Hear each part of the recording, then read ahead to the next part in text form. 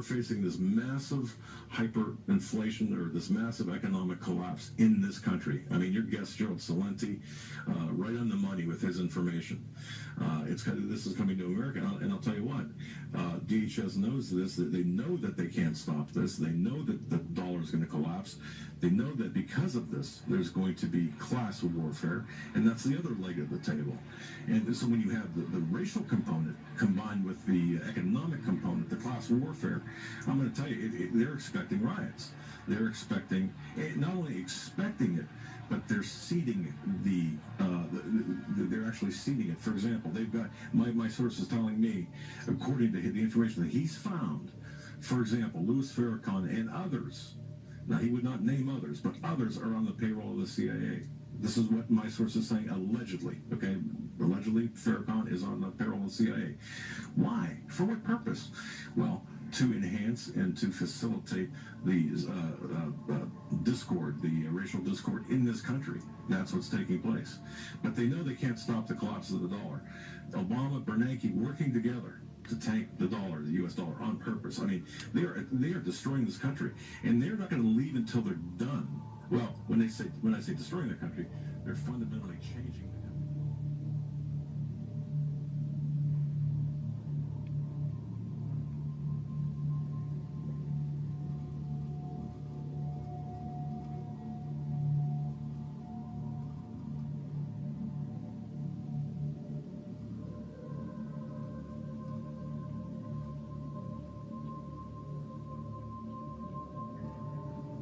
Well, when I say destroying the country, they're fundamentally changing the country, of course, in the words of Obama, changing it to a Marxist society.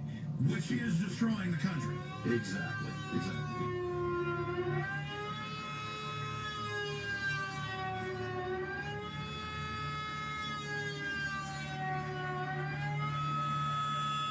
Here are your coffins, which you paid for with your tax money. There are millions of them waiting for you in different states across the country. Each coffin can hold 3 or 4 people, and most of you will be crammed into one right after martial law is declared in America. Your President George Bush is an important member of the Illuminati. The master plan of this satanic group of puppets is a new world order. Their goal is to kill 90% of the world's population, so they can better control the rest of us, and they will start in America. They have already built many industrial ovens inside the FEMA death camps. These ovens will be used to get rid of the dead bodies. However, even burning these ovens day and night, they will not be faster than the gas killing hundreds to thousands of people at a time. So the plastic coffins will be used to store the rotting bodies. The riots that are coming this summer, that are expected this summer, that are going to be enhanced by the actions of the government this summer. And you've pointed a lot of this stuff out. People need to listen to you very carefully because you give a lot of facts out. But it's amazing. Now, they're going to pale in comparison to what's coming this summer if the timetable is correct. And by the way, we've always heard this in bad economic times, but the murders and the racial attacks and the craziness and people on edge, I'm seeing it everywhere. And I live in the wealthiest per capita city rated by Forbes, Austin, and it's already bad here. I can't imagine Southern California, Michigan, places like that, Florida. I mean, it's going to be a powder keg. Indeed it is. And that's what they're counting on. And you know, again, this whole thing is coming. It's going to come like a tsunami. It's going to hit us like a ton of bricks. There's a lot of people. You've woken up a lot of people, Alex, and thank you for that. But there are a lot of people who just have no clue, no idea. And one thing my source did tell me that I was very concerned about is the fact that, of course, we all know about the FEMA camps that don't exist. Of course they do.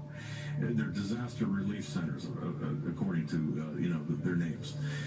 People, when they get hungry and they're unprepared, they're going to flock to these camps.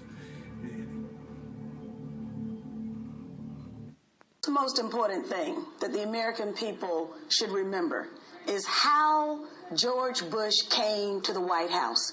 1, through fraud, and 2, through buying the election. The most money ever spent in the history of the United States for this office. That's a crime, and that's a shame. Police, military, and every other forces are designed to protect the government and the government only, not to protect the public. Okay? Seriously.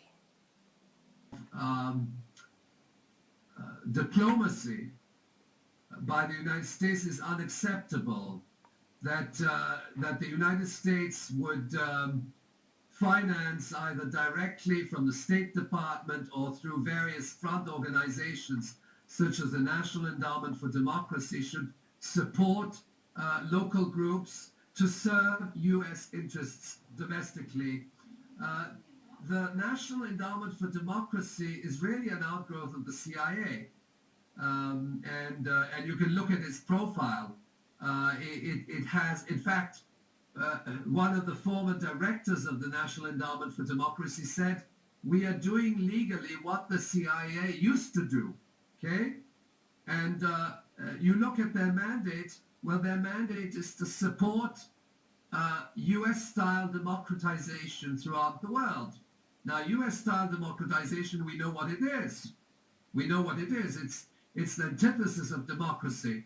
How can a country which is involved in targeted assassinations, torture, the whole process of financing and manipulating elections present itself as a role model?